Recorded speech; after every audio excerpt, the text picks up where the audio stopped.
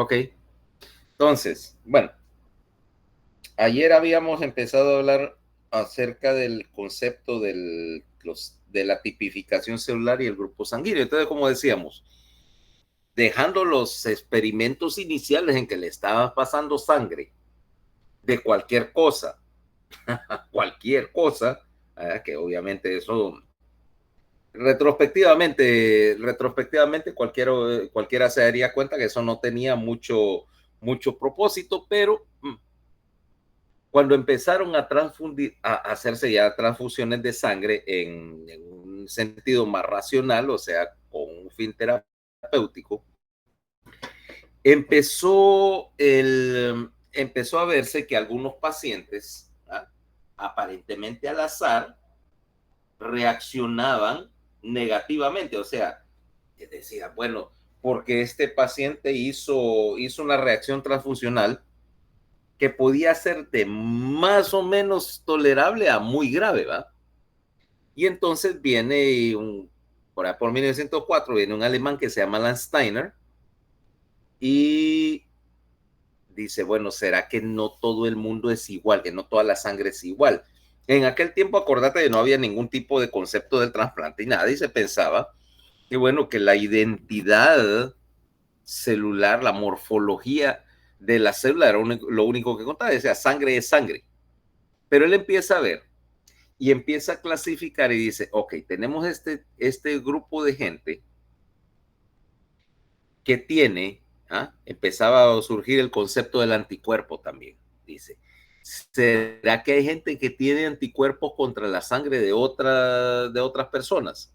Y entonces empezó y dividió dos, empezó a encontrar que había un grupo de gente que vos le ponías sangre y era obviamente compatible, y otro grupo que decía, bueno, no, no, y entonces dice, bueno, quiere decir que esta gente tiene anticuerpos contra el otro tipo de sangre. Entonces vamos a decir, bueno, la mayoría de la gente encontró que era compatible entre sí y que por lo tanto eso vamos a clasificarlo. Esto es un grupo sanguíneo, vamos a decir A, ¿ok? Y que entonces los que reaccionaban desfavorablemente vamos a llamarlos B, ¿ok? A y B, ¿no? Entonces la gente que tenía tipo A, él dedujo que tenía anticuerpos anti-B y que B tenía anticuerpos anti-A, ¿ok? En otras palabras, que si nos vamos, perdón, ¿qué pasó ahí? ¿Qué putas hizo ahí? No sé qué pasó ahí, pero espérenme. No sé qué putas hizo la computadora ahorita. Solo déjame compartir la pantalla, creo que es lo que fue.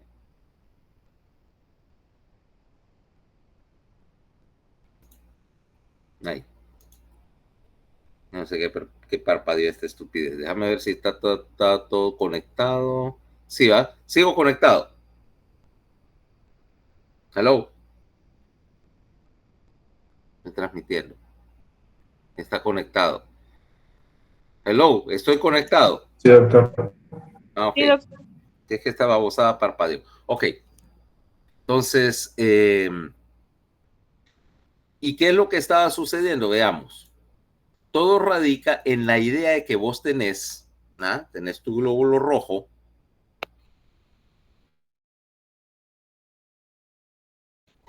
y que en este glóbulo rojo vas a tener una serie de antígenos, o sea, de proteínas marcadoras en la superficie, que es parte de su identidad. Vamos a decir que este antígeno es A, ¿ok? Y, en, y tendrías el otro glóbulo rojo que tiene un antígeno B, ¿cabal? Y entonces estos glóbulos rojos, y entonces tendrías en el plasma de este individuo, tendrías anticuerpos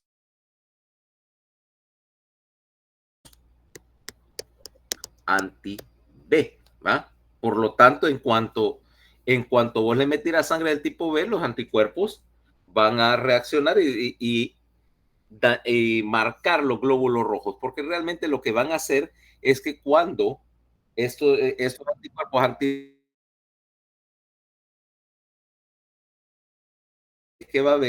eh, va a haber una reacción de aglutinación y los glóbulos rojos se hacen una sola masa y se salen de solución. Mientras tanto, B tendría, por supuesto, anticuerpos anti-A. Todo muy bien, ¿va? Ahora, eso no terminaba ahí, porque esto no explicaba toda la población, sino que tenías otro grupo de gente que tenía un glóbulo rojo que no tenía. Ah, qué feo me quedó ese.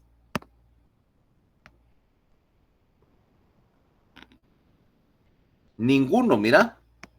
Y entonces estos, él los llamó cero. En algún punto de la traducción eh, ahí se perdió y entonces dijeron oh, pero originalmente era cero, da igual. Y claro, cero tiene anticuerpos contra anti-B y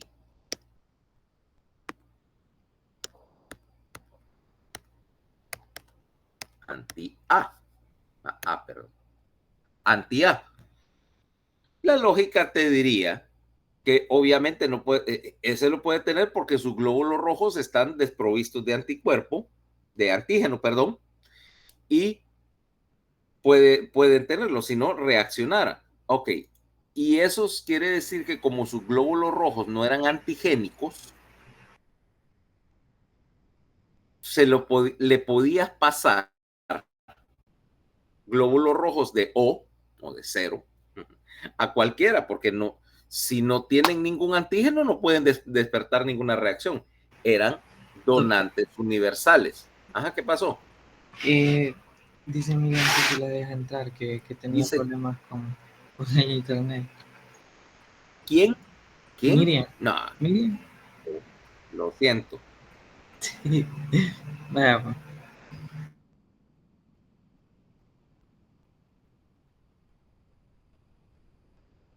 Ok, entonces, y encontraron, sin embargo, O no puede recibir ni de A ni de B, porque tiene anticuerpos.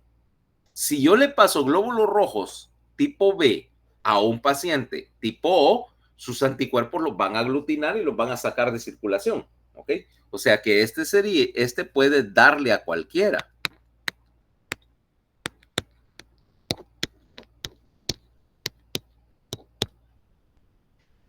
E incluso después, este mismo Landsteiner encuentra que había unos glóbulos rojos de un paciente que tenía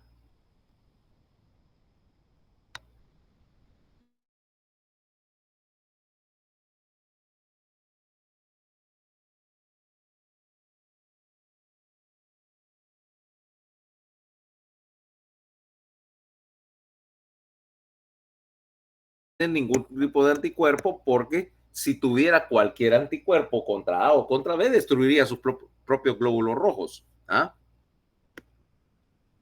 Este es, obviamente, como era A más B, era AB.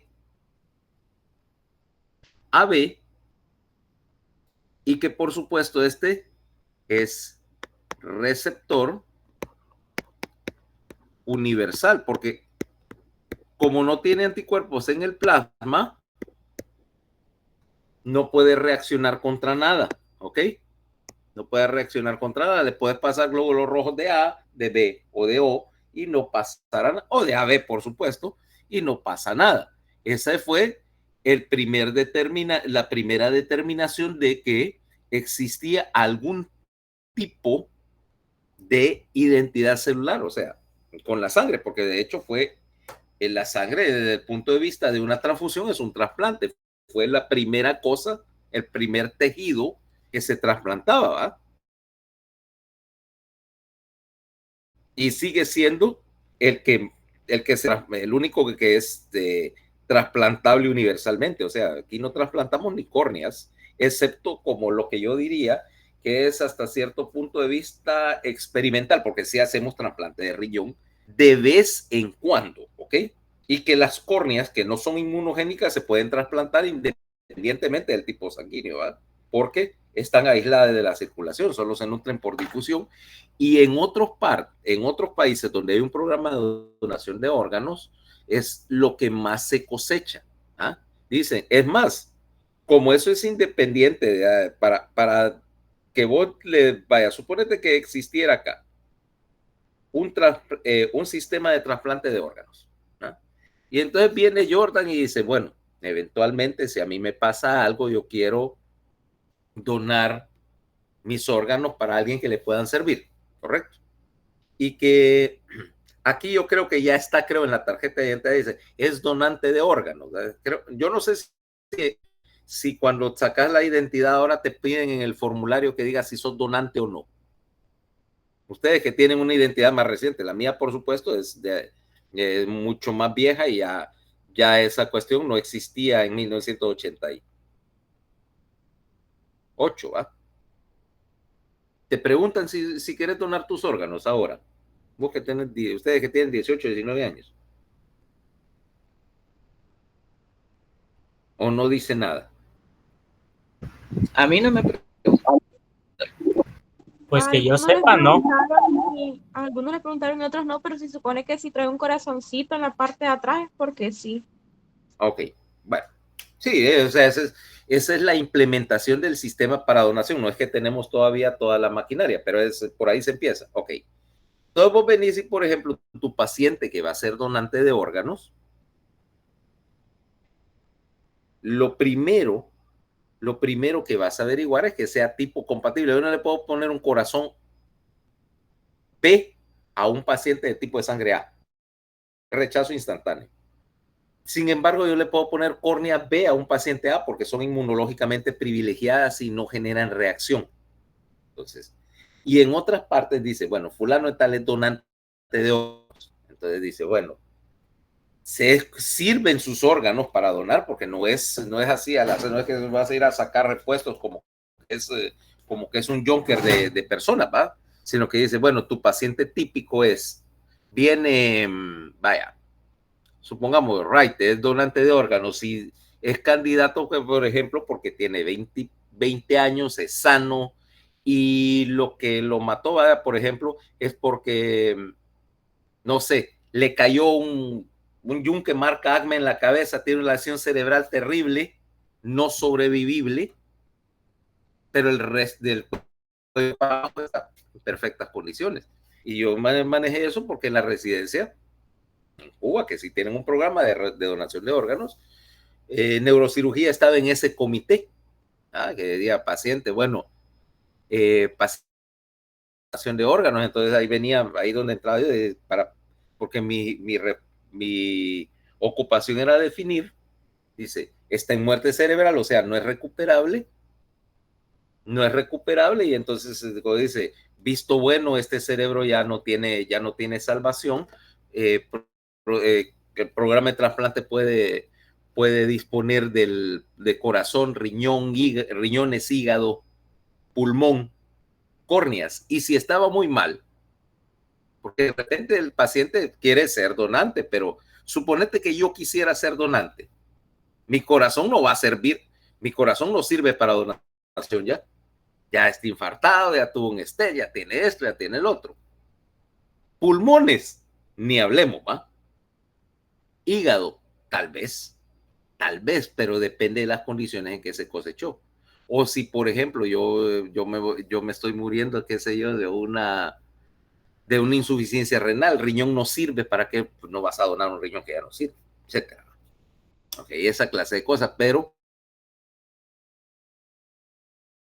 córneas, todos los pacientes se le toman. Ok, sangre. Lo mismo, suponiendo el paciente vivo, aunque incluso fíjate que en la Segunda Guerra Mundial se hicieron experimentos para tomar sangre, para donación de sangre de pacientes recientemente fallecidos.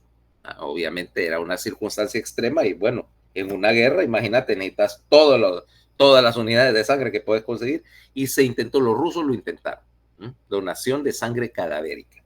No progresó mucho y al final pues no tenía mucho sentido porque había suficientes donantes vivos. Entonces, pero regresando al asunto, entonces estos AB, entonces tenía AB o AB, y AB podía recibir porque no generaba reacción contra nadie. Entonces, si vos ves la proporción, ves que la distribución no es simétrica, ¿verdad? Decimos la mayor parte. Esto va a variar. Este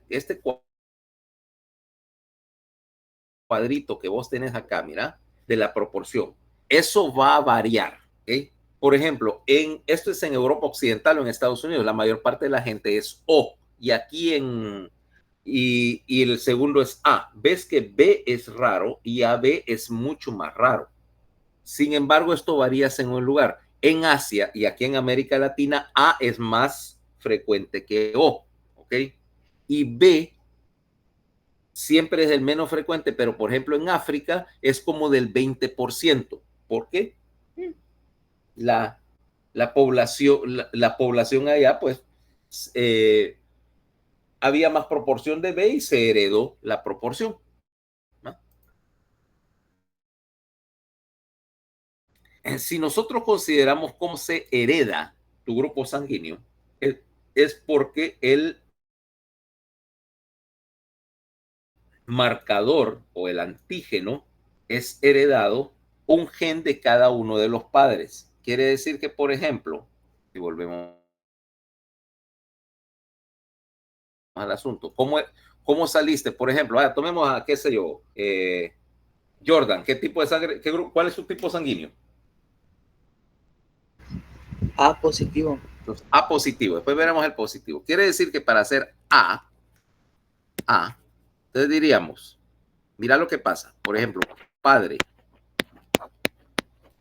puede ser A, B, O AB. ¿Ok? AB no cuenta ahorita porque vos vas a ser, tu padre te va a heredar uno de los dos. Uno de los dos. Te puede heredar A, te puede heredar B o no te puede heredar nada. Mientras tanto, tu mamá puede ser, te puede heredar A, te puede heredar B o no te puede heredar ninguno, ¿va? Porque heredas uno de los dos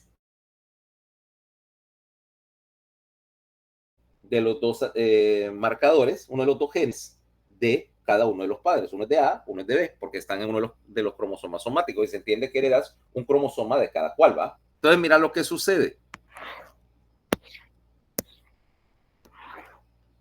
Podría ser entonces una de 9 posibilidades. Que ambos padres sean A y entonces serías homocigótico, AA. Y que entonces, como el gen es dominante, vos te manifestarías como A, ¿ok? Fíjate, puede que que ambos padres te dieran un gen y fueras AB y en tu grupo sanguíneo va a salir AB. Ahora, puede que tu madre te heredara A, perdón, y tu padre no te heredara nada, entonces serías AO, serías heterocigoto, ¿ah? Pero como A es dominante sobre O, serías A. Perfecto. Ahora veamos la segunda columna. Padre A, madre B. Padre A, madre B, y serías AB. Madre y padre, ambos son B. y obviamente serías B, cabal. En rojo está lo que va a ser tu fenotipo, o sea, lo que vas a encontrar cuando te midan el tipo sanguíneo en el laboratorio. Alternativamente podría ser madre B, padre O, y entonces serías, a ver, ¿qué serías ahí? B. B, B. correcto, sería B. Y por último, ¿va? Padre A, madre O, serías AO y te manifestarías como, obviamente, A, ¿ok? A. Podría ser BO y vas a salir, obviamente, como B. O podrías no tener ningún antígeno dado O, y entonces sos O, y entonces heredas O y sos O, ¿ok? Ahora, esto está muy bien, ustedes ya tenías ABO, ABO y empezabas, entonces decías tipo sanguíneo ABO. ¿Mm? Perfecto. Ahora, ¿qué es lo que sucede? Bueno, ¿qué es lo que sucede? Que la mayoría de la gente, si te das cuenta, tiene anticuerpos contra el tipo de sangre que no es de él. ¿Mm? Y al principio todo estaba bien y se creía. Alice es que así porque está desde la quinta porra. Licesca, ¿estás ahí? Hola, ¿Dónde estás?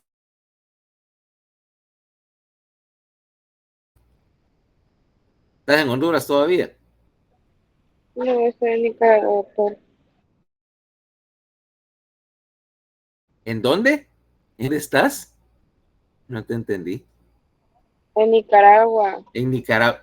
Y es que vas a Costa Rica, es que van por tierra. sí, La puta de la cabra. Qué viaje más horriblemente pesado. sí, sí, Porque quiere decir que salieron ayer o salieron de madrugada, ¿va? así es, a las 12 de la noche. Me imaginé, porque de aquí a Tegu son 4 horas, y de ahí son como 4 horas más mínimo para llegar a la frontera, ¿ah? Para llegar, no sé, cualquiera que sea la frontera de Nicaragua. Y ahorita estás en donde, ¿en Managua o en la frontera? ¿O en León? En la frontera.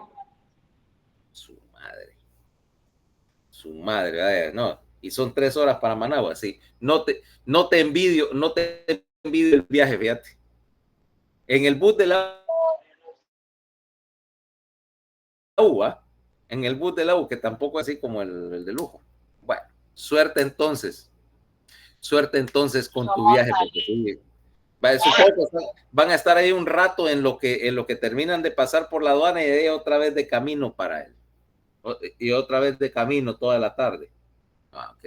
No, es que estamos en la frontera, pero ya para salir de Nicaragua. Ah, bueno, listo. En la frontera para salir de Nicaragua, no. Sí, Ah, no. cabal. De Nicaragua, y entonces ¿a qué horas piensan llegar a San José? De noche. Tal vez, no. Se supone que hoy, pero no me dijeron a qué hora. Ah, bueno. Pero sí está pesadito el asunto. Bueno, mientras tanto, sigamos en la conversación. Ya que estás aquí, pues, dale. Entonces, estábamos con lo de los grupos. Bueno, y todo parecía estar bien. Pero entonces empezó a aparecer dos situaciones. Primero, decía, bueno, tengo un paciente A y le voy a poner sangre de otro A. No debería suceder nada, ¿va? Se supone que son del mismo grupo sanguíneo, pero pasaba.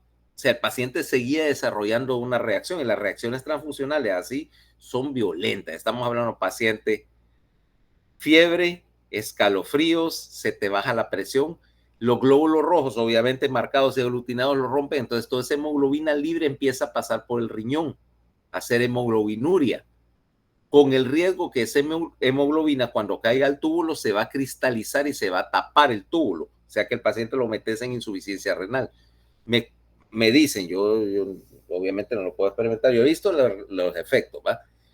dicen que da un dolor de riñones, vaya, horrible, ¿no? O sea, y vos dirías, bueno, si es tipo compatible, no debería pasar nada y los pacientes seguían haciendo reacciones igual de potentes. Dice, entonces la lógica te dice, hay otro antígeno.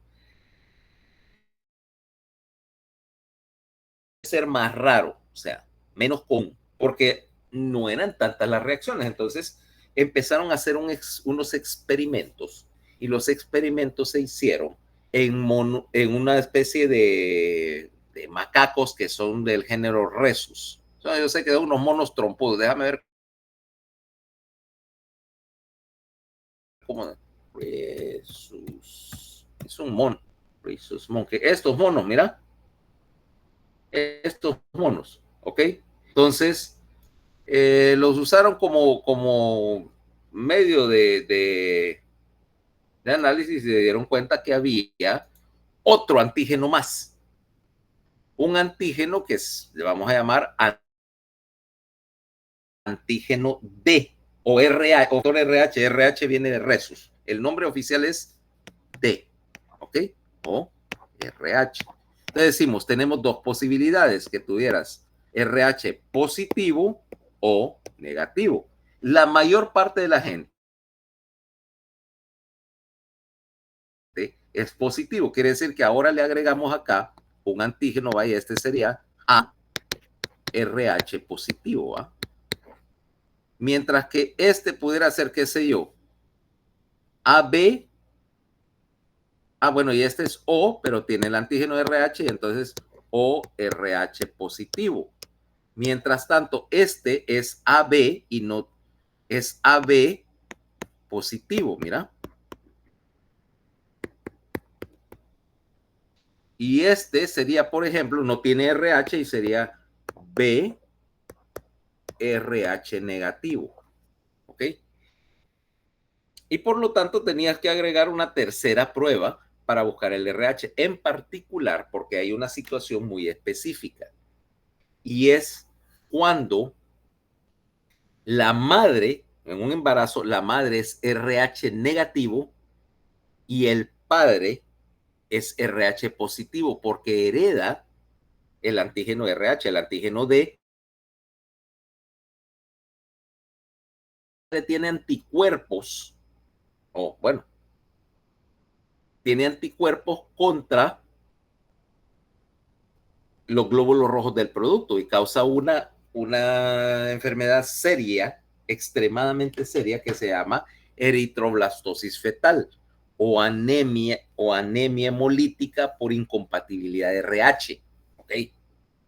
Y entonces básicamente esto es todos los glóbulos rojos del producto inútero. Ahora, y el problema es que si eso sucede con el primer embarazo, es como una exposición al antígeno. El segundo embarazo va a ser el equivalente de la segunda exposición, ¿va? Por lo tanto, mientras más embarazos tiene, peor es la reacción, ¿ok? Peor es el ataque inmune contra el propio feto. Entonces, porque en un momento la eritroblastosis fetal no tenía explicación, decía, ¿por qué ocurre en ciertas familias y no en otras? Ya ok, ahí estaba la explicación. Y entonces lo que haces ahora es que vacunas a la madre. La vacunas para que produzca anticuerpos contra los anticuerpos, porque eso es una cosa, ¿va? O sea, vos puedes tener anticuerpos contra un anticuerpo, ¿ah? Y entonces bloqueas la reacción. Pero bueno, entonces decimos, ahora ARH positivo, yo soy ORH positivo, ¿va? ¿Ok? Y eso cubre el 99.99999% de las reacciones transfusionales. Pero, aún así, no son los únicos antígenos del glóbulo rojo. En el glóbulo rojo hay como unos 30 diferentes tipos de antígenos que puedes manifestar. La mayoría de la gente no los tiene, ¿ok? Entonces ahí tenemos, por ejemplo, para ponerte una lista, ¿vale? Parcial, antígenos J, antígeno K, antígeno KEL, antígeno DUFI, antígeno KID, antígeno M, antígeno N, y la lista sigue, ¿va? ¿Qué es lo que pasa?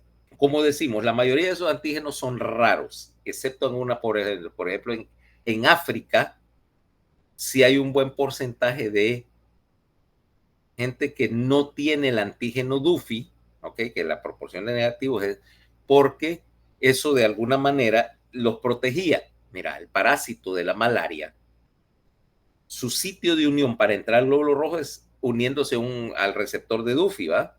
Entonces, como no lo tienen, el parásito no se puede unir y reduce los chances de que te infectes. O sea que esos antígenos te dan algún tipo de ventajitas evolutivas, ¿va? Pequeñas. Y entonces por eso todavía existen. Ahora, ¿qué es lo que sucede? Obviamente es extremadamente raro que alguien tenga todos los antígenos, eso, ¿va? Extremadamente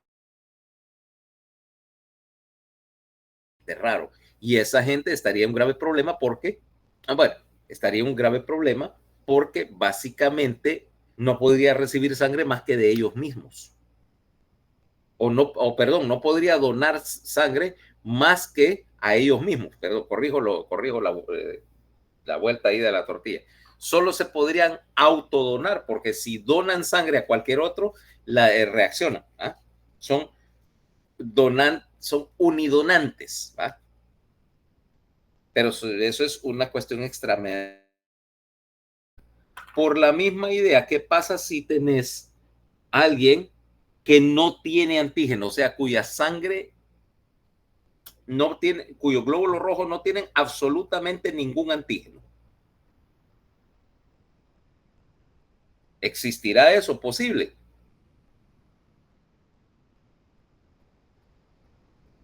Y sí existe, son lo que llamamos son glóbulos rojos desnudos, o sea, no tienen ningún marcador de superficie y son lo que llamamos sangre de O nulo. O nulo es un caso interesante. ¿Ah? Dice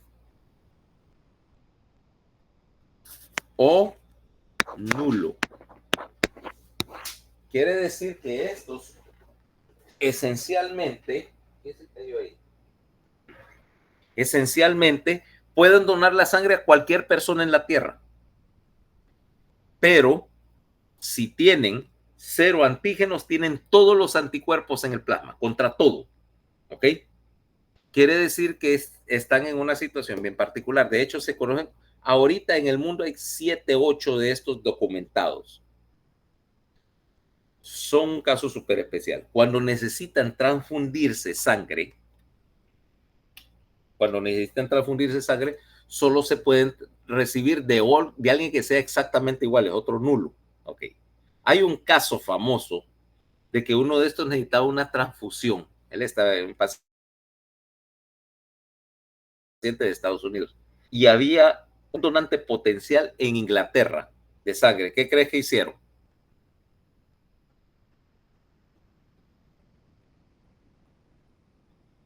Lo lógico, va a pagarle pasaje al inglés para que fuera a donar sangre, literalmente hacerlo viajar al otro lado del Atlántico para que donara sangre, porque era el único donante que le podía dar sangre.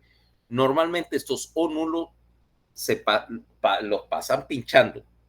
¿Por qué? En primer lugar, como su sangre es tan valiosa, es literalmente el tipo universal, el verdadero universal de sangre. O sea, yo puedo agarrar una bolsa de sangre de esta y ponérsela a cualquiera sin preguntar, plácata, conéctele y llevamos. Entonces ellos, creo que todos ellos, periódicamente donan sangre, porque a veces se utiliza para algunos tipos de transfusión cuando el paciente ha hecho multireacciones o porque es inmunológicamente problemático, ellos son la única solución. Y además donan para el día en que ellos la necesiten, tienen como que dice su propio banco de sangre. Súper, súper especializado. Ahora, las probabilidades de que uno se tope de un O nulo son mínimas, ¿va? Entonces, la mayoría de las veces lo que uno dice, bueno, en términos de, ¿cómo se llama? De donación. El O, el tipo O, RH negativo, es lo que llamamos el donante universal. Porque como sus glóbulos rojos no causan reacción, vos le podés poner en una emergencia O negativo a cualquier persona. ¿Ok? De hecho, las donaciones de O negativo son súper valiosas porque hay veces que yo no tengo tiempo de cruzar sangre. ¿Verdad? Dije, fulano de tal tiene un agujero en la aorta, ¿verdad? O en la cava, un balazo y una lesión de cava, y es una de las cosas, mira, es una desastrosas que puedes ver porque ya me ha tocado meterme contra alguna de esas, ¿eh? En algún momento de mi residencia. Y no solo, obviamente, tener un agujero en la cava, ya te imaginas cuánto sangra, sino que reparar la dichosa vena esa, eso es un lío, porque es de pared delgada. Repararla, coserla, ponerle un parche es... Bueno, a veces se logra con éxito, pues, pero ajá, y necesito transfundirle 5, 6, 7 unidades y no tengo tiempo para esperar el banco de sangre. Entonces, ¿qué? Conseguirme O negativo. Ponerle O negativo. Si ahorita la probabilidad que haga reacción es tan baja que esencialmente no me preocupa. ¿Ah? Ponerle O negativo. Ok.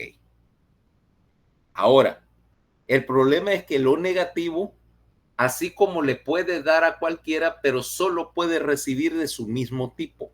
¿Ok? ¿Por qué? Él tiene anticuerpos contra todos los demás tipos. Entonces ese está cabal, está cabal. Entonces cuando un O negativo está sangrando, necesita una transfusión. Por eso es que oís los anuncios en el periódico o ves anuncios en las redes sociales. Se necesitan donantes de tipo O negativo en el Mario Catarino, en el seguro, en algo así, o en el banco de la Cruz Roja, porque hay algún O negativo ahí que necesita que lo transfundan y no tiene quien le dé. Okay. Entonces ese es para efecto práctico, ese es el donante universal. ¿Ok? Y entonces quiere decir que si hay un donante universal, hay un receptor universal. Y ese receptor universal es AB positivo. AB positivo le puedes poner sangre de cualquier tipo porque él no monta una reacción, él no tiene anticuerpos contra nada, en teoría, por lo menos. Y dice, bueno, ¿qué? ¿Fue es AB positivo? No, que no hay sangre AB positivo, porque a veces en el banco, no hay sangre AB positivo. Y vos, ¿en serio? Mándame sangre, es AB positivo. Claro, dentro de la realidad, si me dicen hay sangre de su tipo, yo voy a tener una prioridad. Dice, si es AB positivo, ok, empiecen poniéndole AB positivo. No hay AB positivo, hay AB negativo. Supuestamente, ¿verdad? Es aún más rara, ¿verdad? Ok, ponerle AB negativo. Ok. Segunda elección. Tercera elección, ponerle cualquier otra cosa. ¿Ah? ¿Ya? Ese es, por tanto, un receptor universal.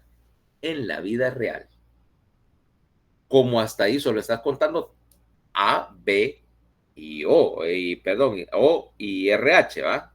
Pero pudieras tener algún tipo de, algún antígeno menos frecuente, entonces para evitar problemas, lo que haces es que haces lo que llamas cruce mayor y cruce menor con la sangre. ¿Qué quiere decir eso? Que vos vas a probar de la muestra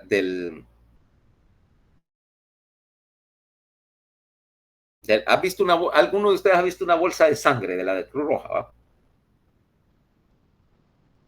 Nunca han visto una unidad de sangre en la vida real. Nadie. Hello. Estoy vivo. Digo, estoy en vivo. Vivo sí estoy. Pues Hello. yo nunca he visto una. ¿Nunca has visto una? No. Viene la bolsa, obviamente la bolsa con la sangre, y hay como un choricito, así como de segmentos que tiene, que esto, así como segmentitos que tienen sangre. Vamos a ver si encuentro una.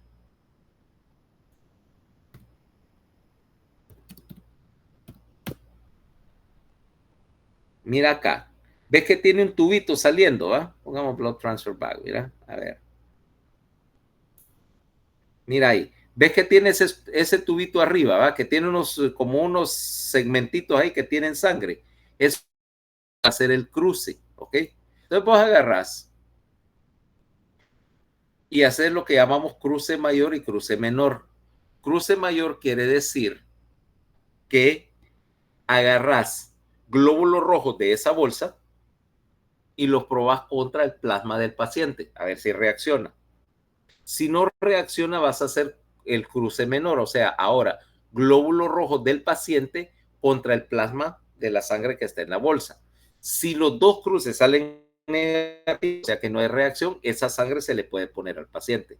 Si cualquiera de las dos reacciones de cruce se dan positivo, esa sangre no se puede poner porque probablemente tiene otra incompatibilidad, JK, Duffy o lo que diablo sea, y no se debe poner.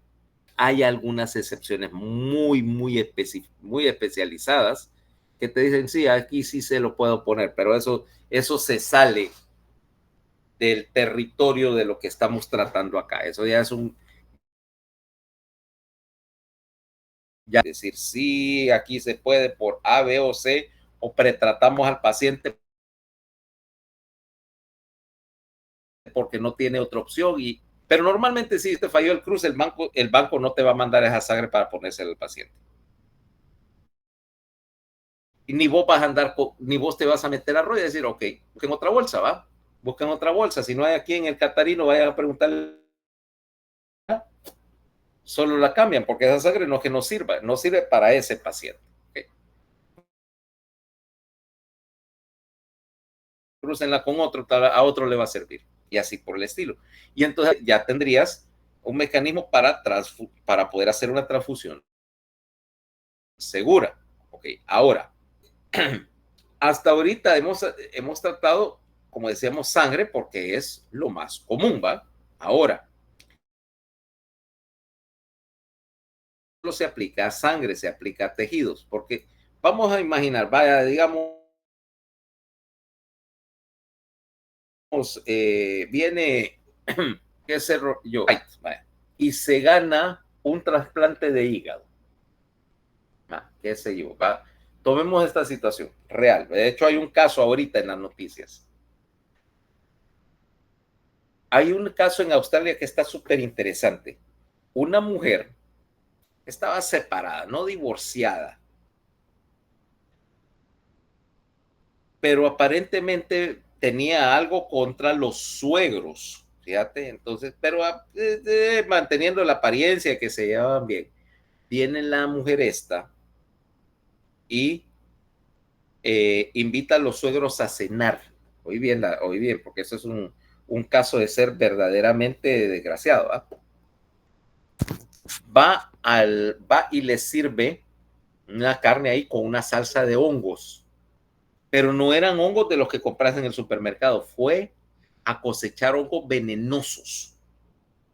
Oí bien, cosechar hongos venenosos al bosque. Y siendo Australia, me imagino que los hongos venenosos de ellos han de ser más venenosos que cualquier otro, porque ahí todo es mortal, todo es tóxico. Bueno, se lo sirve en la comida. Invitó al exmarido, pero el exmarido tenía otra cosa que hacer, no porque sospechara, sino porque tenía otra cosa que hacer y de cualquier manera no estaba con muchas ganas de ir a esa clase de invitaciones. Y él no fue, pero fueron los padres de él, los suegros de la doña. Los dos se murieron. Y de paso estos también andaban con, bueno, los hermanos de los suegros. 2 parejas. 3 se murieron y solo uno sobrevivió. Porque no se tuvo la suerte que consiguió que le hicieran un trasplante de hígado de emergencia, ¿va? Porque estos hongos son tan tóxicos que te pueden llevar de 0 a trasplante de hígado en un par de días y te meten en fallo multiorgánico también. No sé qué especie es, pero es violentamente ponzoñosa, ¿va? Ok. Entonces, suponete que viene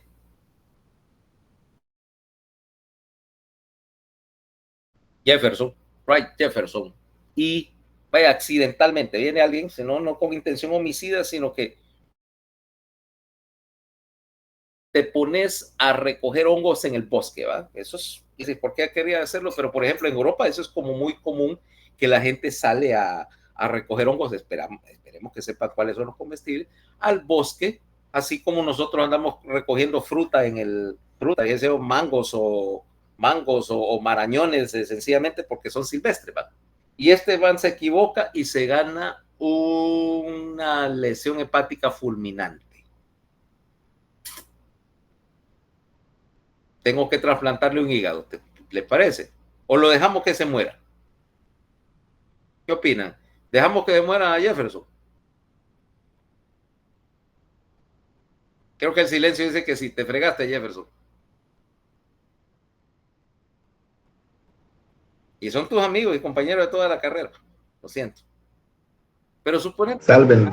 ¿Ah? Sálvenlo. Lo salvamos. Ah, mira, por lo menos tenés un amigo, vaya, ya algo es algo. Ok. Entonces, ¿qué es lo primero que voy a hacer para determinar quién?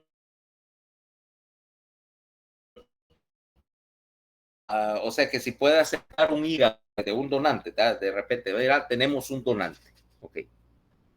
Lo primero que vas a ver, el primer paso para identificar tejidos en compatibilidad es precisamente si son del mismo grupo AB y el mismo RH.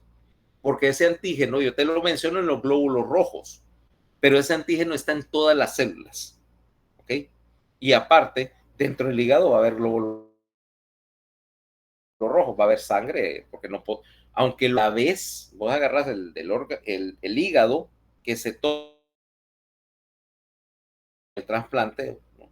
Y ese canulas los vasos y lo lavas con salino. Tienes que sacar toda la sangre posible de los lechos, pero aún así es imposible decir que va a ser 100% eliminada. Siempre queda un poquito, pero uno lava el órgano. Yo he estado una vez estuve en un trasplante de hígado y es un caso súper complicado. Tenés que agarrar, imagínate todos los procedimientos, ¿va? Hacer una laparotomía amplia, agarrar el hígado, identificar y cortar la vía biliar, la cortas así a nivel del hepático común, identificas, cortas la vena porta y la arteria y las preparas, porque después vas a tener que conectarla al receptor. Luego tenés que luxar ese hígado para arriba, cortar el ligamento redondo y el ligamento falciforme, girar todo el hígado, encontrar la venas suprahepáticas que están en el lado más incómodo posible, pues están al lado del diafragma y sopitas. Yo no sé si abrieron esa parte en anatomía, ver las conexiones del hígado, o ver el hígado siquiera, porque yo no sé, en la clase de anatomía a veces se saltan pasos. ¿Vieron un hígado? En vivo, en situ, en el abdomen, en el cadáver.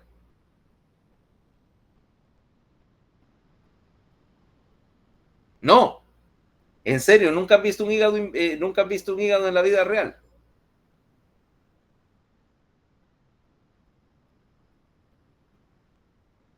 Nadie. Wow. Fuck. Right. Oíme, Jefferson, ¿ustedes no abren el abdomen del cadáver?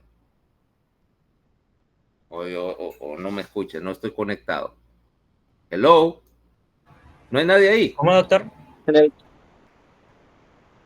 En el cadáver, no. Estoy preguntando que si nunca han visto un hígado vivo en el abdomen. Bueno, no en vivo, en el cadáver, pues.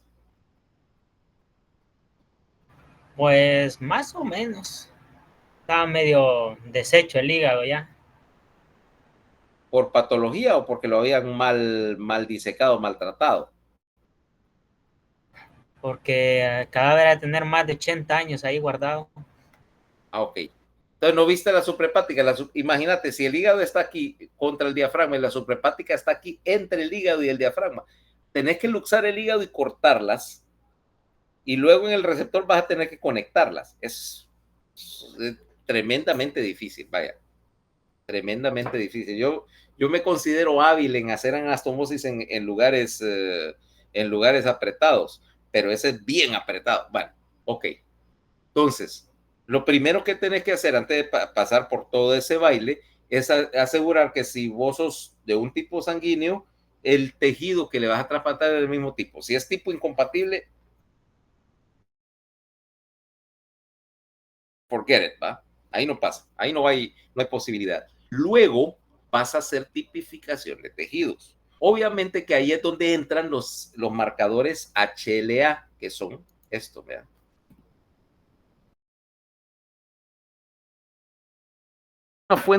A una fuente confiable, ¿no?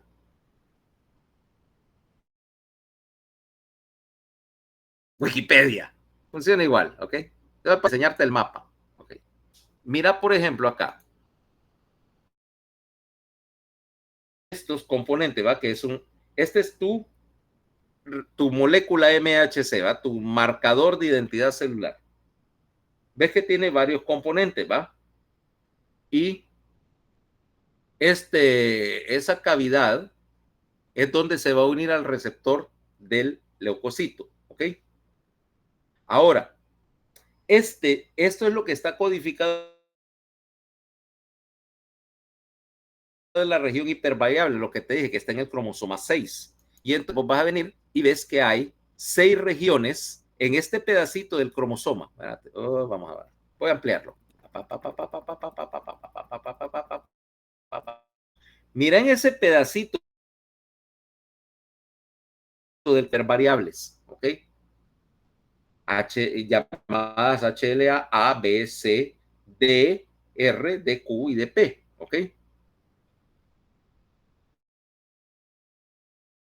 Tu número de identidad, tu MHC1 y MHC2, representa el hecho que vos tenés una combinación de estas regiones, o sea, tenés una mezcla al azar que dice A, sos A tal, B tal, C tal, D tal, y dice, bueno, ¿qué tiene de importancia? Que si nos vamos a ver, ¿cuántos tenés? Mira, por ejemplo, acá, vamos a ver, clase de nomenclatura, variabilidad. Mira qué es lo que está pasando. Por ejemplo, ¿cuántos tenés? Vas a tener una combinación de los 3 mayores. Dice, tenés 4.340 posibles variantes de A, 5.000 de B y 3.000 de C. Multiplica por este, o sea, 4.340 por 5.212 por 3.930. Mira cuánto hay. Vamos a sacar calculadora. Vamos a ver. 4.340 por 5.212, porque son independientes, por 3.930. Me da 88 billones de posibilidades solo con estos. Ajá, y la población de la Tierra es de 8 billones, quiere decir que nunca va a haber 2 repetidos. Y los menores, mira, tenés E, F y G, que son menos variables y te ayudan. Y de ahí tenés las posibilidades.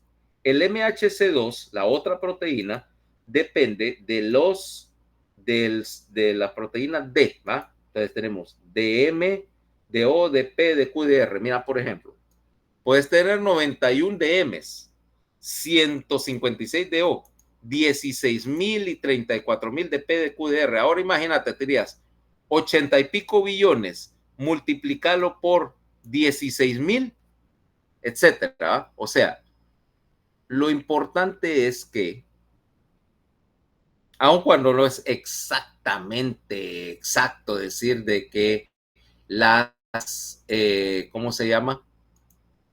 De que todas las combinaciones existen o que no hay ciertas que son más frecuentes que otras, pero para todo efecto práctico, tus antígenos de marcación celular no están repetidos nunca, con una excepción. Ok.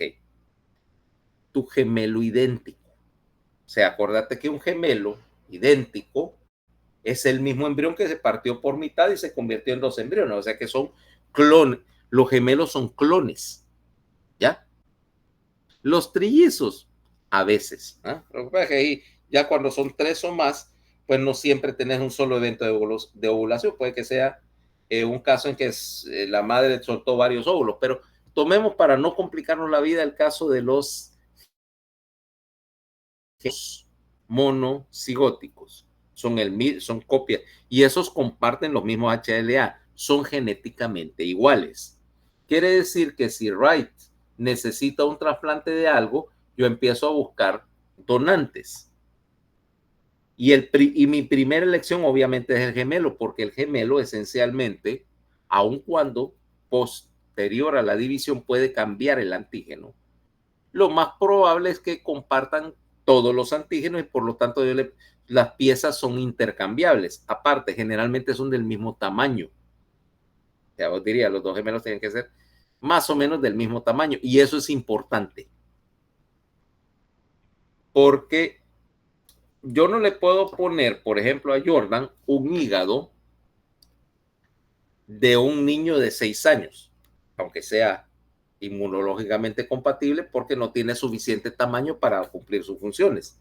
Alternativamente, yo no le puedo poner el hígado de Licona a un niño de 7 años porque simple y sencillamente, bueno, no le pones solo el hígado, le pones solo el lóbulo derecho, pero aún así no va a caber en el abdomen. Ok, para hígado eso es lógico. Y para corazón, yo no le puedo poner el corazón de una persona a otra así por así, porque a veces hemodinámicamente son diferentes y tal vez yo le voy a poner el corazón de, qué sé yo, el de Jordan va a donar su corazón y se lo voy a poner otro paciente, pero Jordan maneja otra presión en el circuito pulmonar y como son muy diferentes, el corazón de Jordan empieza a fallar porque no puede con la resistencia del lecho pulmonar y cosas así. El tamaño también de las aortas, porque más o menos tienen que ser para coserlas juntas. Si una es así y la otra es así, es extremadamente difícil o imposible adaptar dos tubos de diámetro diferente, ¿va? No, ni lo intente, o sea, mejor busque otro receptor. Aquí estás con la donación de órganos y probablemente siempre va a ser una cuestión entre la oferta y la demanda, o sea, tenés una oferta bien limitada y tenés miles de gente que lo necesita, entonces es más fácil decir, buscate otro receptor que le quede mejor y que siga esperando. Ok, pero esas son cuestiones mecánicas. Volviendo al asunto. Entonces, en orden de prioridad con la tipificación de tejidos, yo primero busco el gemelo. Si no, por ejemplo, Jordan, ¿quién va a ser la persona más inmunológicamente parecida a vos de todas las posibilidades de la Tierra? ¿Quién sería? ¿Quién de lógica empezaría a buscar que tiene que ser el que más se parezca? Hermanos, papás. Tu hermano, ¿tenés hermanos? No, soy hijo único. Con razón, sos como sos. Ok. Pero entonces dice, ok, no tenés hermanos, sos hijo único. ¿A quién seguiría? Gente de familia. ¿Okay? Es más posible que encuentre a alguien compatible entre tus primos hermanos, aunque la tasa baja muchísimo, vaya, porque fíjate bien, yo puedo garantizar que que vos le fueras a donar un riñón, qué sé yo, a tu mamá. Yo sé que el 50% de los genes son de ella, o sea que eso está. Y los otros, la mayor parte son comunes, o sea que las probabilidades son mejores. De ahí, diría, bueno, le puedes donar un riñón a tus primos, tal vez, a tus sobrinos, si hubieras tenido sobrinos, a tus sobrinos, etcétera, porque siendo de la misma familia, la ley de probabilidad dice que es posible que que hayas heredado comunalidad con la mayoría de los antígenos y de ahí para afuera. Y de ahí es puramente una cuestión de la lotea, de quién tiene un HLA. No es no necesariamente 100% compatible porque nunca lo vas a encontrar de afuera de tu gemelo, pero decir quién es el más compatible. Por eso es que haces, y viene un donante de órganos y le haces, tenés que hacer un proceso de emergencia. Es por lo que nosotros no hacemos trasplante en Honduras, porque no tenemos los medios para hacer tipificación de tejido, o sea, encontrar todos estos antígenos y sacar la tabla que dice y estos son los números de identidad de este paciente y buscar cuál es el que más se parece. Eso no lo tenemos acá. La capacidad quirúrgica, mecánica de hacer el trasplante, no es necesariamente algo fácil, pero ya se ha hecho y aquí hay gente, aquí tenemos colegas que pueden hacerlo con total tranquilidad, pues que tienen la habilidad y la experiencia para hacerlo. No lo hacemos porque no podemos tipificar tejido. Y así sucesivamente hasta que llegas, porque vos querés decir, bueno, fulano de tal, dice, tiene la mayor compatibilidad, quiere decir que te va a tener la menor probabilidad de rechazar ese órgano. Y también que para evitar el rechazo, aunque todos van a necesitar medicación contra el rechazo, pero va a necesitar la menor dosis. Acuérdate que esas cosas son extremadamente tóxicas. Y entonces, la menor dosis posible va a ser la solución. ¿Ok? Entonces, así las cosas, decíamos, no, porque no todos los antígenos no son muy antigénicos, dice, o sea, no todos los antígenos van a generar la misma severidad de la reacción. Entonces vos buscas la mejor compatibilidad bajo la idea de que estos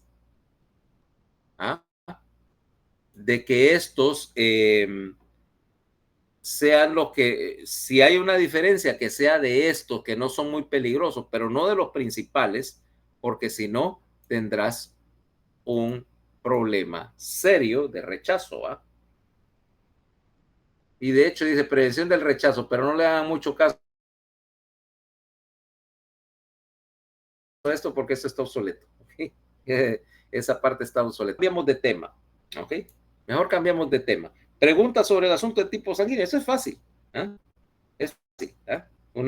Una vez lean y comprendan, sino que vamos a la parte que más quería ver hoy, que es el sistema de coagulación. ¿Okay? Porque eso es mucho más complejo que la cuestión del tipo sanguíneo, que es una extensión del problema de la inmunidad. Y si te das cuenta, el problema es que con el sistema de coagulación vos tenés requerimientos que son antagónicos. ¿Okay? ¿A qué me refiero con un requerimiento antagónico? Es que tenés dos cosas que no deberían funcionar entre sí. La primera es que vos necesitas una respuesta vascular que esté permanentemente disponible, pero que solo se active cuando es necesario. O sea, vos querés evitar que el sistema se active desordenadamente, porque si no lo que vas a tener es que se te va a cuajar la sangre en los vasos sanguíneos, ¿va? Y obviamente ahí se paró la circulación. Y si eso sucede,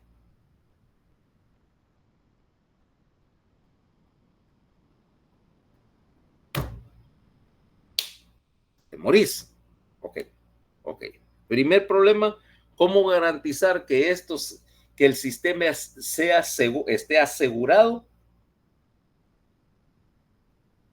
de que no se va a activar inapropiadamente?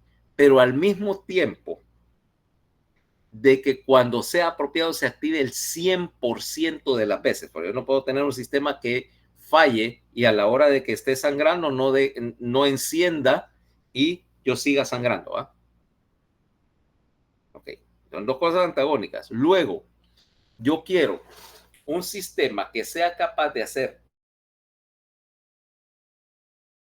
retroalimentación rápida porque esa alimentación me permite que reaccione y haga un tapón rápido. acordate, cada segundo que vos estás esperando que el sistema coagule, hay sangre saliendo, ¿va?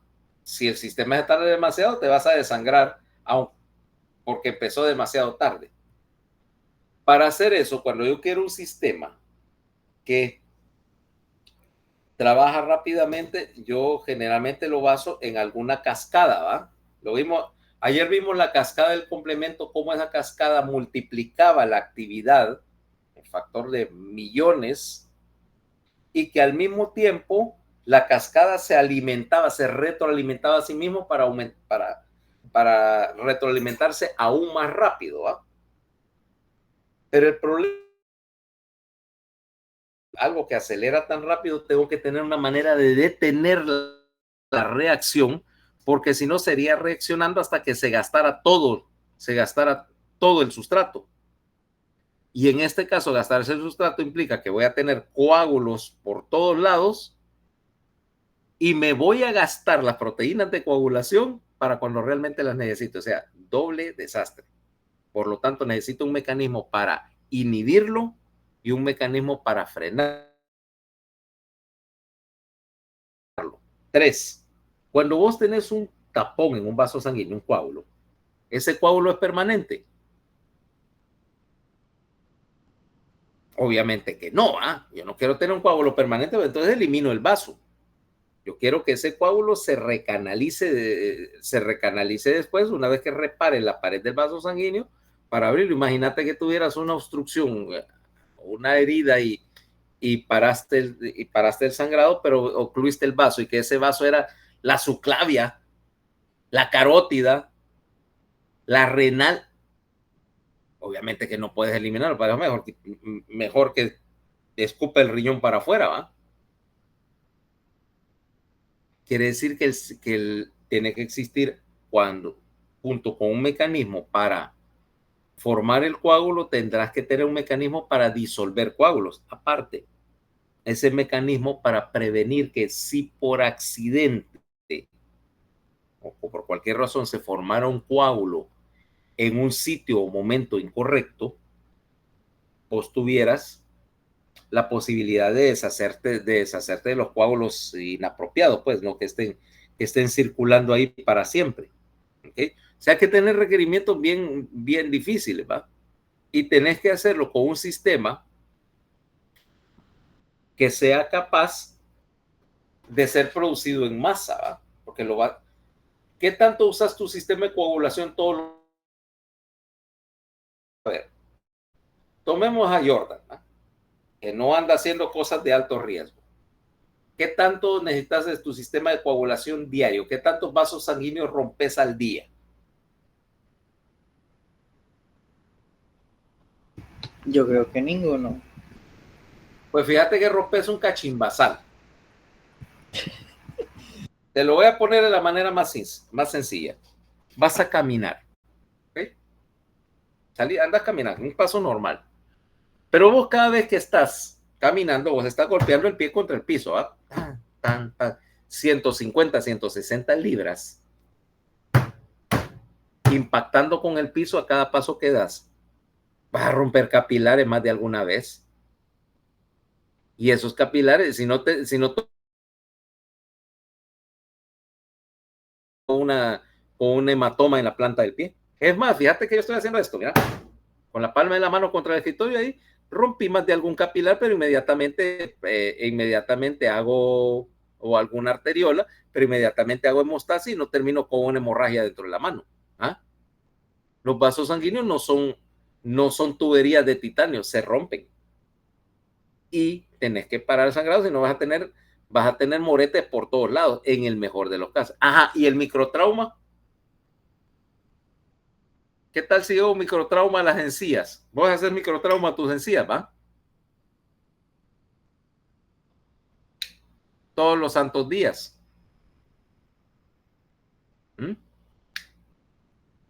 Cada vez que te cepillas los dientes, estás traumatizando un poquito las encías. ¿Ah? O te pusiste a masticar algún alimento duro, te estás rayando la encía. Si no, estarías sangrando todo el día. Por lo tanto, el sistema necesita No solo escalable, sino que necesita ser económico, porque si tu sistema de coagulación no sirve y falla del todo, estás en problemas en plazo de horas. Estoy hablando serios problemas. Entonces, ahora, ¿cómo vas a hacer la coagulación? Porque entonces tenemos 3 componentes para parar el sangrado. Un componente vascular, que depende del hecho de que hay músculo liso vascular. Un componente de un tapón casi instantáneo plaquetario, ¿ah? Y un componente de un sistema basado en proteínas que es mecánicamente más resistente. Ponelo así, suponete que tenés un agujero en una tubería. ¿Ah? No, ya sé. Vamos a imaginar el clásico cuento. Vos venís y tenés una nave, estás en una nave espacial, ¿va? En la estación espacial o algo así. Y de repente viene algo, perfora la nave, se está saliendo el aire. ¿Qué es lo primero que haces? ¿Qué es lo primero que harías? Pues si se va el aire, ya sabes lo que va a pasar, ¿va? ¿Qué es lo primero que haces? Aislar el compartimiento, ¿no? Decir, ok, cierren las puertas para que si se sale el aire, que se salga de esa sección, no de toda la nave. Luego, dice, bueno, ahí hay un hoyito, se está saliendo el aire. Yo lo primero que lo voy a sellar con algo. Y tal vez con lo primero que tenga en la mano, ok, mira, hey, hay un hoyo ahí en la nave. Y agarrado, aunque sea con un pedazo de masking tape, ¿va? Y le pusiste un pedazo de tape, se entiende que no es la reparación definitiva, ¿ah? Que eso es para que no siga, mientras para reparar el agujero y ya reparar definitivamente la cuestión. Quiere decir que tenés 3 fases. Y en la coagulación en los vasos sanguíneos vas a tener lo mismo, 3 fases. El primer punto de la reparación va a venir. No sé por qué cerré esto. Voy a dejar. Dame un instante que abra esto. Ok. Tomemos un vasito sanguíneo X, ¿vale?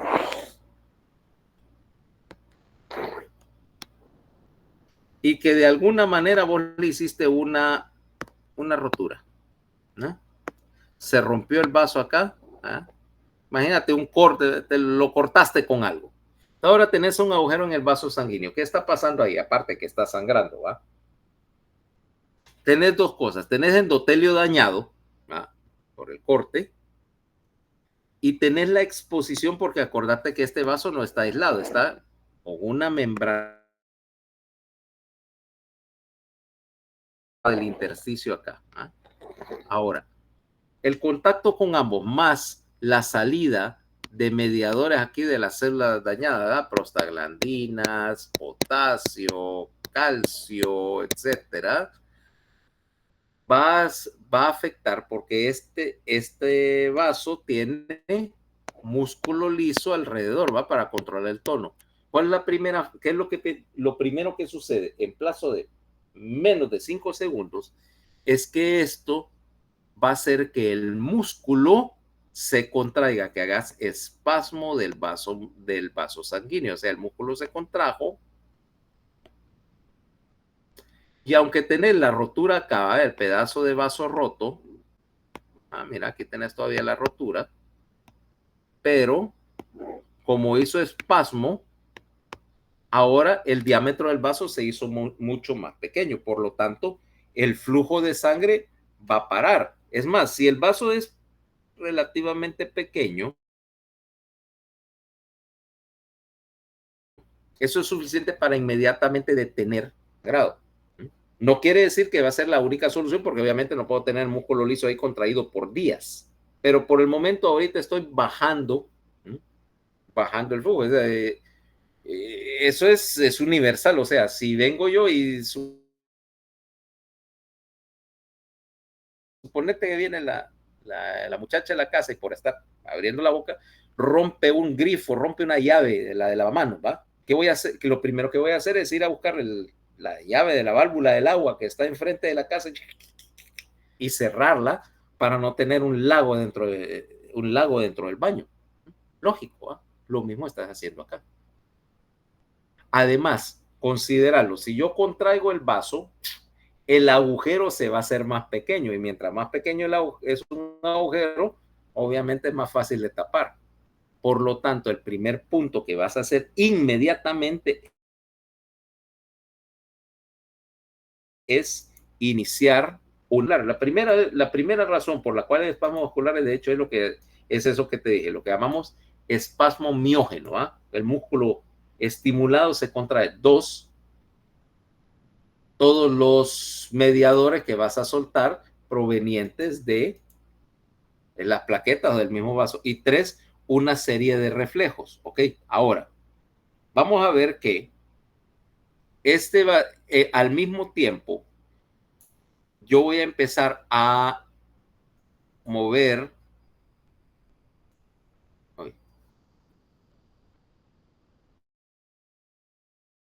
Voy a empezar a movilizar las plaquetas que ya están circulando, pero por un momentito hablemos de hecho de las plaquetas como tal. ¿Okay? ¿Qué es una plaqueta? A ver, histológicos histológicos del mundo. ¿Qué es una plaqueta? Fragmentos del megacariocito. Okay. ¿Y de dónde sale el megacariocito?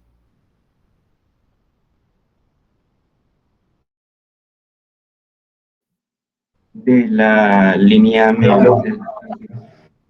La línea mieloide, más específicamente, ¿de dónde sale? Acordate lo que te dije. La línea mieloide, cuando llega a la médula, se va a dividir en dos líneas primero. La línea eritrocitaria, línea roja, y la línea blanca, que te comprende leucos y megacariocitos. De ahí esa línea se divide en dos. La línea de los leucocitos que ya mencionamos, y luego vas a tener que el promieloblasto va a evolucionar para formar un precursor del megacariocito, o sea, llamémoslo un promegacariocito, que yo sé que no se llama así, ¿no? Que va a proliferar y multiplicarse para formar el megacariocito maduro. El megacariocito no sale nunca de la médula, ¿va? No necesita hacerlo y de hecho son de vida media larga, ¿va? Porque no estás liberando fragmentos. Ahora, decir que el megacariocito es simplemente un fragmento, digo que la plaqueta es simplemente un fragmento del megacariocito, estás quedándote un poquito corto, porque es un fragmento o un pedazo del megacariocito modificado. ¿Modificado cómo? Tenés que esa es una extensión del megacariocito, de la membrana, pero esa membrana se modifica porque antes de liberarlo vas a tener que agregar algunas cosas en ese fragmento. Vas a tener, no puedes tener mitocondrias ahí porque no hay espacio, ¿ok? Acuérdate, la plaqueta mitocondrias, pero sí vas a tener que tener las enzimas de varias cosas, pero vas a tener capacidad de hacer glicólisis, ¿ah? Para generar ATP. ¿Y para qué quiero el ATP en la plaqueta? Es porque necesito hacer dos cosas. Primero, la plaqueta tiene proteína contráctil, ¿ok? Actina y miosina, porque esta plaqueta es retráctil. De hecho, cuando se pegue a algo, es capaz de contraerse. Y si yo tengo las plaquetas pegadas al borde del agujero en el vaso sanguíneo y se están contrayendo, están jalando este agujero para intentar cerrarlo. ¿Ah? Acuérdate que el espasmo vascular no te va a funcionar mucho rato. Cerrando. Dos, ese ATP, la plaqueta va a tener una ATPasa para formar ADP. ¿Ok? Entonces, mira, vamos a ver productos de la plaqueta, por lo tanto. Es decir, dentro de la plaqueta, entonces, espérate, plaqueta. Tenemos mecanismos para la glicólisis. Vamos a tener ADP. Y ese ADP es la señal para que una plaqueta le señale a otra que se active, ¿ok? Y se haga pegajosa. Vamos a tener actina más miosina, ¿va? Proteína contráctil. Actina y miosina, o sea, proteína contráctil. ¿Qué más vamos a tener ahí en esa plaqueta?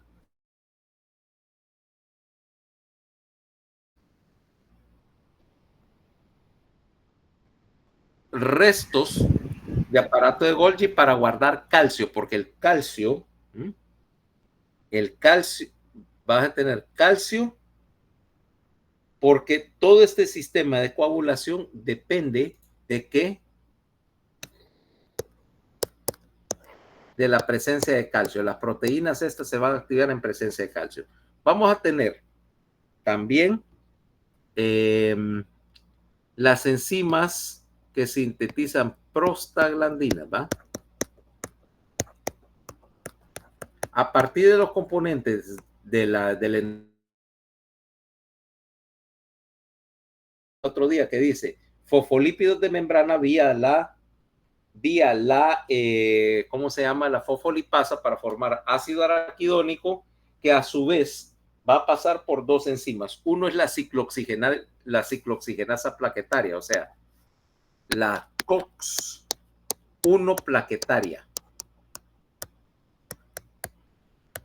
Y estas prostaglandinas producidas acá son la otra señal para activar a esa plaqueta y a las que la rodean, ¿ok? Si no hay prostaglandinas, la plaqueta no funciona. ¿Cabal? Y otro efecto de esta cascada, ¿eh? Entonces vamos a tener ácido araquidónico que pasa por la COX-1, pero el otro paso es que va a pasar por una enzima que se llama tromboxano sintetasa. Y la tromboxano sintetasa me produce una sustancia llamada tromboxano A2. El tromboxano A2 tiene hace dos cosas. Primero, aumenta la agregación plaquetaria, ¿ok? Aumenta la agregación plaquetaria, quiere decir que la hace más pegajosa todavía, ¿ok? Vos querés algo que sea tan pegajoso que instantáneamente se adhiera a algo y no se suelte, ¿ok? Que la adhesión sea lo más irreversible que puedas lograr. La otra cosa es que el tromboxano A2 le señala al músculo liso vascular que haga aún más espasmo y lo sostenga, ¿ok? Manteniendo cortado el flujo en la región del vaso lesionado. Ok, vale. Y dos proteínas adicionales que vas a necesitar. Uno se llama factor 13.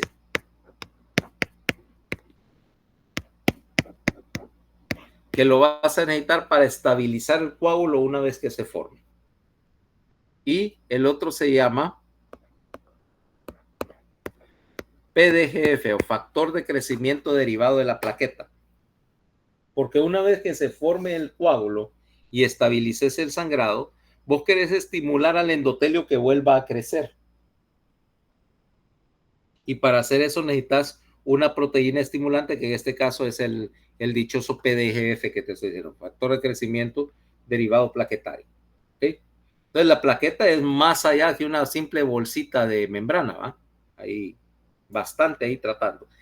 Y entra la segunda fase, la fase plaquetaria. Ahora, quiere decir que yo tengo el megacariocito y me está soltando plaquetas a la circulación. Estas plaquetas tienen una vida media de aproximadamente 5 días, ¿ok? Para efectos prácticos vamos a decir que una plaqueta típicamente está 5 días en la circulación antes que se le acabe la energía, porque el problema principal es que, si te das cuenta, como usa y consume ATP y su capacidad de producción de ATP es bastante limitada, cuando se le acabe el ATP, la plaqueta deja de servir y por lo tanto la vas a retirar de la circulación, y la vas a sustituir con una plaqueta nueva. Quiere decir que en todo momento yo estoy diariamente recambiando un 20% de las plaquetas que tengo circulando. Ahora, un 20% de cuánto, porque ahí es donde entra mi recuento plaquetario. Si yo pido un hemograma, ahí me van a informar cuántas plaquetas tengo. Ajá, ¿y qué valores son los valores normales de la cuenta de plaquetas? A ver, díganme alguien, ¿cuántos son los valores normales de las plaquetas? 150.000, 450.000. Ok, está bien, es un valor actual. 150 a 450.000. ¿Ah? Vos, fíjate que vos estás trabajando con esos valores, estás trabajando, de hecho, en condiciones fisiológicas vos tenés un gran exceso de plaquetas. Y eso es normal, es más, es deseable. ¿Por qué deseable? Porque yo quiero garantizar que en caso de un sangrado no se me acaben. Ahora, 150 es el valor mínimo normal, pero vamos a ver en términos de cuánto utilizas las plaquetas. Vaya, suponete que te vamos a operar. ¿Ah?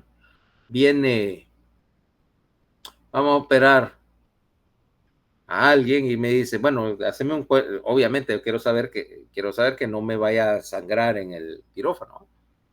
Y me dices, tiene 125.000 plaquetas. Acordate, yo lo voy a operar desde el cerebro, donde obviamente no tengo que estar seguro de que no queda nada sangrado. Tiene que ser absolutamente perfecta ahí la hemostasia, o si no voy a terminar reoperando al paciente un par de horas después. 125.000.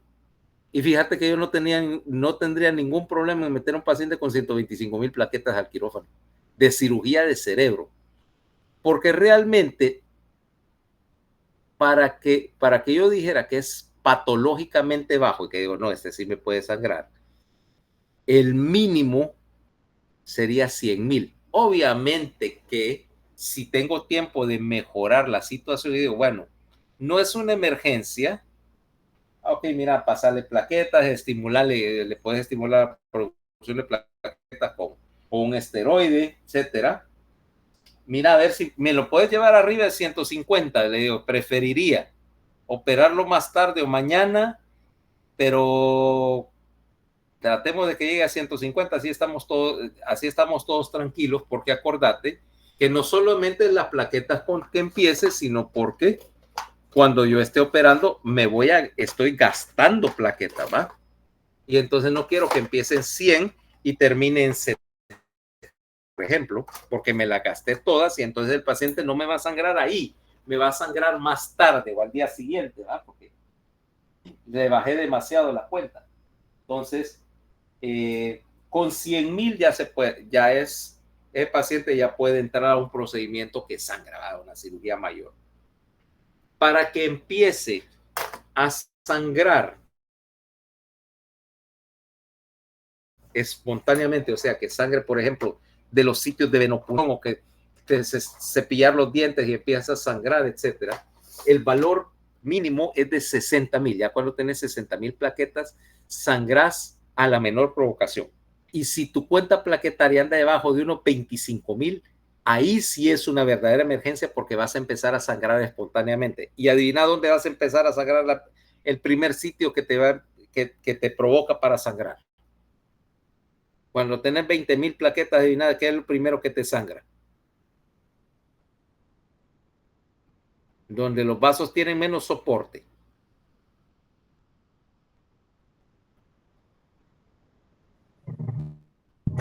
Capilares. Sí, pero ¿cuáles capilares? ¿En dónde?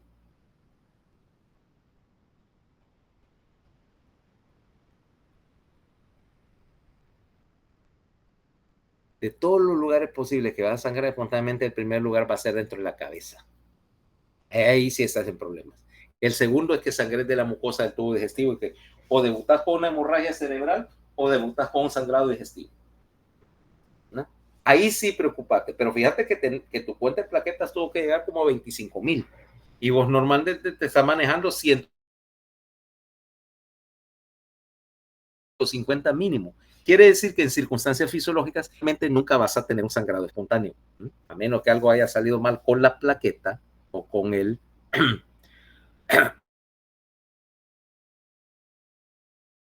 con el sistema de proteína de coagulación, vos no sangrás. Ahora, vamos a ver dónde empieza todo el asunto.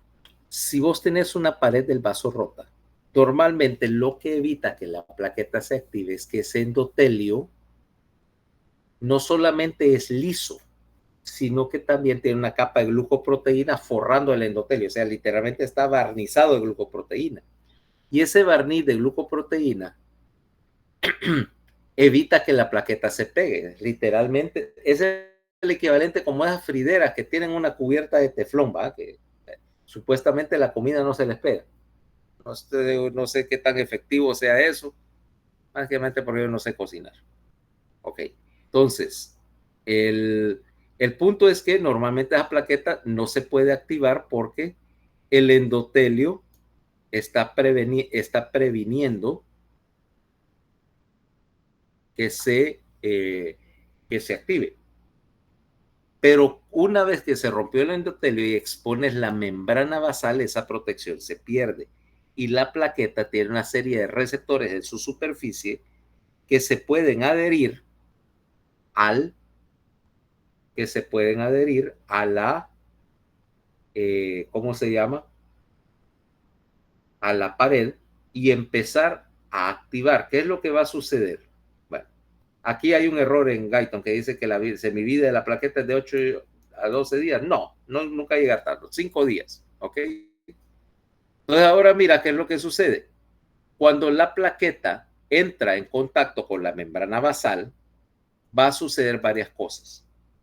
Lo primero es que van a empezar a retener líquidos, por lo tanto aumentan de volumen y la forma de la plaqueta, que es irregular, ahora se vuelve aún más irregular, o sea, hace proyecciones que se enganchan en todas partes.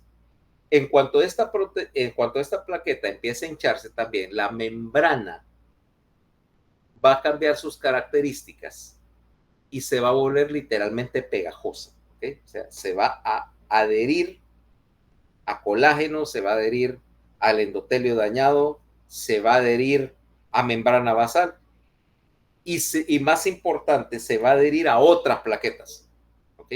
Por lo tanto, esta plaqueta se pega, se hace pegajosa y empieza a cantar una canción. ¿Adivina cuál canción? ¿Qué canción canta la plaqueta ahí?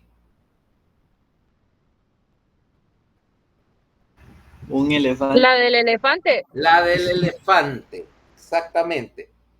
Un elefante se columpiaba. Ahora, esa plaqueta se hizo pegajosa y empezó a liberar ADP y prostaglandinas. Del momento que se adhiere, activa la ciclooxigenasa y empieza a soltar ADP y prostaglandinas, que hacen que las plaquetas que van circulando por ahí hagan el mismo proceso, se vuelvan pegajosas, se adhieran a la plaqueta, que el tapón que se está formando, y me activen más plaquetas. Al mismo tiempo, parte de estos productos, tromboxano, prostaglandinas y todo, salen a la circulación. Cuando lleguen a la médula van a señalizarle al megacariocito que empiece a liberar más plaquetas, o sea que en algún lugar del sistema estás gastando plaquetas y que por lo tanto tenés que soltar más plaquetas frescas a la circulación. ¿Por qué? Porque aquí hay algo importante con esta plaqueta. Las plaquetas envejecen, ¿ok? Y una plaqueta es máximamente efectiva cuando está fresquecita, literalmente del día, ¿ok? Por eso es que, por ejemplo, yo no puedo usar, cuando yo le estoy pasando mucha sangre a un paciente de banco y esa sangre lleva tal vez 2 semanas ahí, el paciente me empieza a sangrar porque está perdiendo plaquetas buenas y lo que le estoy reponiendo en la transfusión son plaquetas viejas que ya no se pegan, ya no sirven. ¿Ah? Es como el tape. Vos sabés que el tape después, vos lo dejas ahí y tenés un rollo de tape que tal vez tiene varios meses ahí en la gaveta de tu escritorio y cuando lo querés usar, no se pega, ¿verdad? Miren, como está como este que, bueno, este a propósito, porque me interesa porque casi no es pegajoso y no arranca pintura, pero, ¿me entendés? No se agarra, no agarra, ¿ok? Lo mismo, las plaquetas viejas pierden su pegajosidad, ¿ok? Pero bueno, el problema lo está solucionando porque, como te dije, la plaqueta se está pegando al agujero en el vaso, se está pegando a sí misma, entre sí mismas, y están mandando a pedir más plaquetas. Todo esto sucede porque además tenés una proteína en el tejido traumatizado que se llama proteína o factor von Willebrand. Von Willebrand es una proteína que está en el plasma, ¿ok? Está en el plasma, está circulando en forma inactiva, pero en cuanto encuentra un vaso, el colágeno en un vaso dañado, se activa y forma un sitio donde la plaqueta se puede pegar, o sea, literalmente se adhirió y favoreció que la plaqueta se pegara ahí. Resultado, en plazo de unos 15 a 20 segundos, vos estás formando ya un tapón plaquetario, ¿ah? Lo que llamamos el coágulo blanco. Ese tapón está sostenido ahí solamente por la adhesividad de la plaqueta, ¿ok? Y el hecho de que, como es retráctil, está jalando las paredes del vaso para reducir el tamaño. Eso está muy bien. Eso está muy bien, eso está funcionando muy bonito. Pero el problema es que ese tapón no es mecánicamente muy resistente y que la presión sanguínea en el vaso lo puede desprender. Sin embargo, la ventaja es que como tener ya las plaquetas listas y, como te dije, en 15 segundos, vos ya taponeaste ahí, pusiste un tapón temporal y el sangrado ya no está sangrando. Sin embargo, no es una forma definitiva de reparar o de garantizar ¿cómo se llama? Que la hemostasia se mantenga. Por lo tanto, ahora yo voy a formar un mecanismo lo que llamamos mecanismo basado en proteína o sistema de la cascada de coagulación. Porque ahora yo quiero hacer un coágulo definitivo. En primer lugar, que sea mecánicamente resistente. Segundo lugar, el problema con el tapón plaquetario también es que si vos tenés un agujero y lo querés tapar con plaquetas, hay un momento en que es demasiado grande para que ese tapón sea estable, vaya. Es como decir, vos tenés un agujero en alguna cuestión y lo puedes tal vez reparar con un pedacito de tape. Pero si es un gran agujero, no va a empezar a poner tape así a todo, porque igual eso no se sostiene, ¿eh?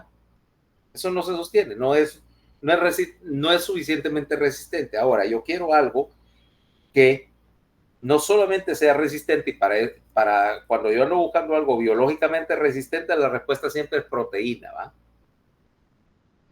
Y que al mismo tiempo me formen una red de proteína y me atrape glóbulos rojos y plaquetas ahí para que sirvan como de relleno, ¿ya?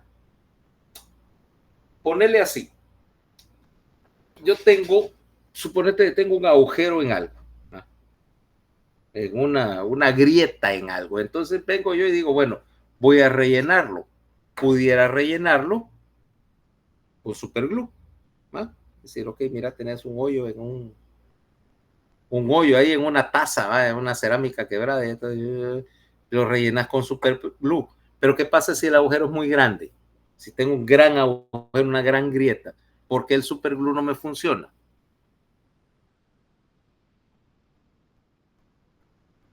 Primero porque voy a gastar un montón, o sea, me va a salir, voy a tener que usar varios frasquitos de eso para rellenar un agujero, eso no es económico.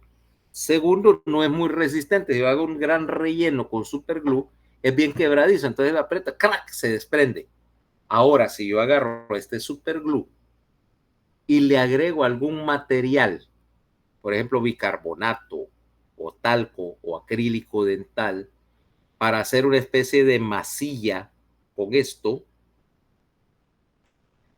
esa masilla es más resistente que la pieza original. Ahí sí no se va a romper. Entonces yo necesito hacer un sistema donde el coágulo incluya algún tipo de relleno para hacerlo sólido.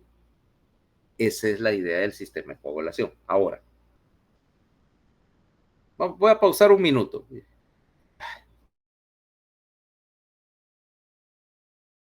Voy a buscar un poco de H2O que me arde la garganta. One, please. ¿Ok?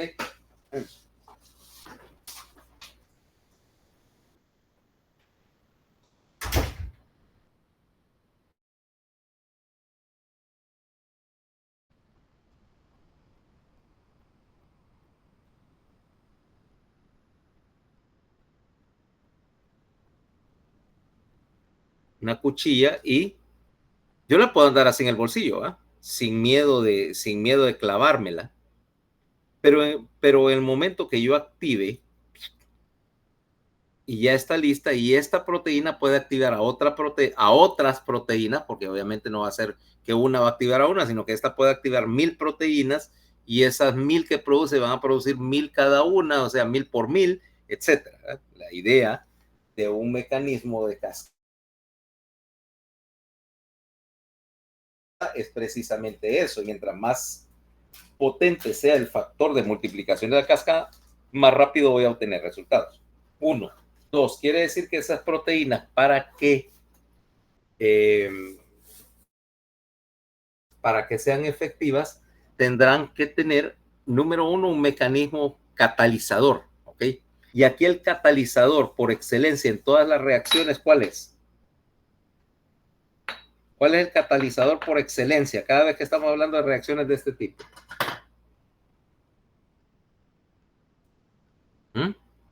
Ya lo hemos hablado. Para acelerar o para activar una reacción, ¿cuál es el mecanismo más común que utilizo en términos biológicos? Adicionarle ¿qué a la reacción?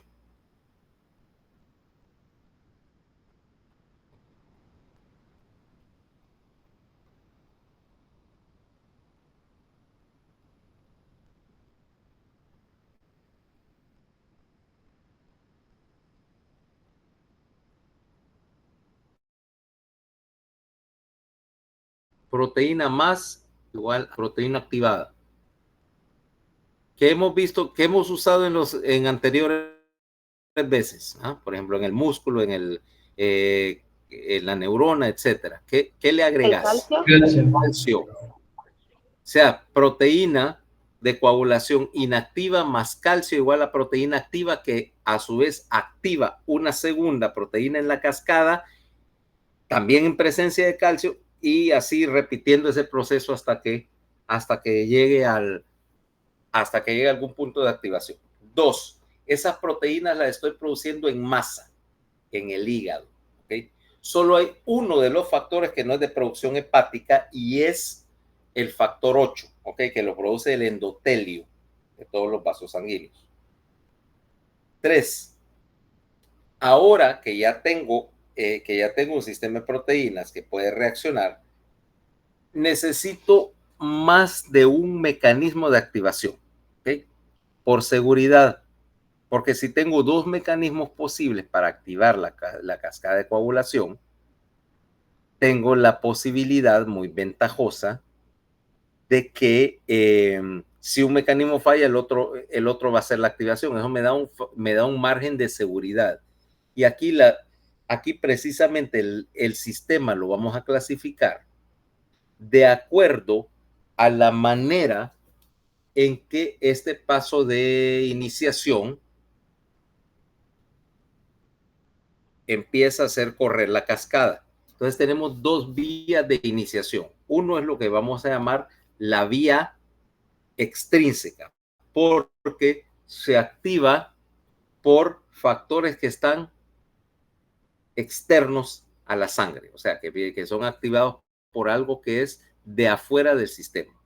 Y la vía intrínseca, que es activada enteramente por componentes que están circulando en sangre. ¿Okay? Las 2 vías son parcialmente independientes de la otra. No son independientes, porque resulta que cualquiera de las 2 puede activar el sistema. pero que en la vida real, en el mundo real, cuando una se activa, cuando la vía intrínseca se activa, refuerza a la vía extrínseca y viceversa. Quiere decir que una no solamente se alimenta a sí misma, sino que alimenta a la otra vía para tener una reacción más rápida. Actualmente van a converger para tener un solo final, lo que llamamos la vía final común, que es la que va a terminar formándome un literalmente pegamento biológico, que es la formación de fibrina. La fibrina es un pegamento, es un sellador biológico. Y de hecho, cuando vos la puedes preparar en el quirófano, en el laboratorio, preparar fibrina para usarla como sellador. Y se convierte, y literalmente se convierte en una melcocha, ¿va?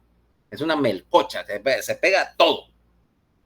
Pero bueno, precisamente por eso lo haces, para que se pega todo, para sellar fugas, para sellar sangraditos capilares, tal vez cuando están haciendo cirugía de hígado. Nosotros usamos fibrina para sellar fugas de líquido cefalorraquídeo o sangraditos así del lecho cerebral o en la médula donde no puede estar coagulando. Y aquello es literalmente, se convierte en un gel que lo vas a untar así, a untar como que es masilla, y cuando se consolide es hermético, ¿ok?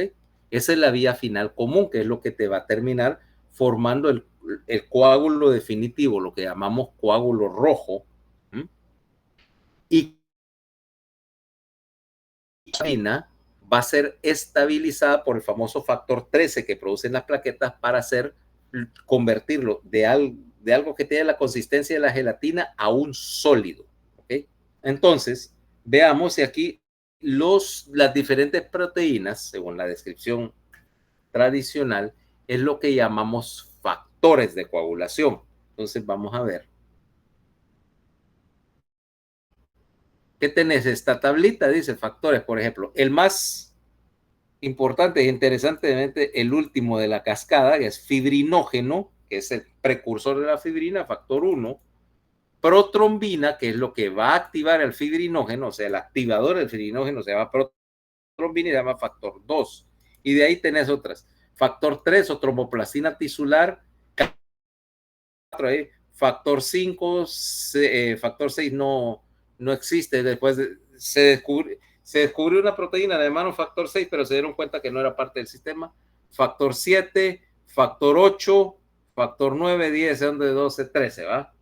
Y de ahí vas a necesitar otras dos cosas que llaman precalicreína y que llama cininógeno de peso molecular alto, lo vamos a abreviar como HMWK, ¿ok? Entonces, van a leer este capítulo para discutirlo el lunes, porque faltan 5 minutos, porque vamos a tratar todas estas rutas, mira, las tres rutas de la coagulación. Entonces, quiero que lo vayan a leer, porque si no se van a pegar una enredada de locos, ¿va? Entonces, preguntas hasta ahorita. ¿Preguntas? ¿No? Bueno, entonces Ninguna, doctor. nos vemos el lunes entonces. Bye. Van a leer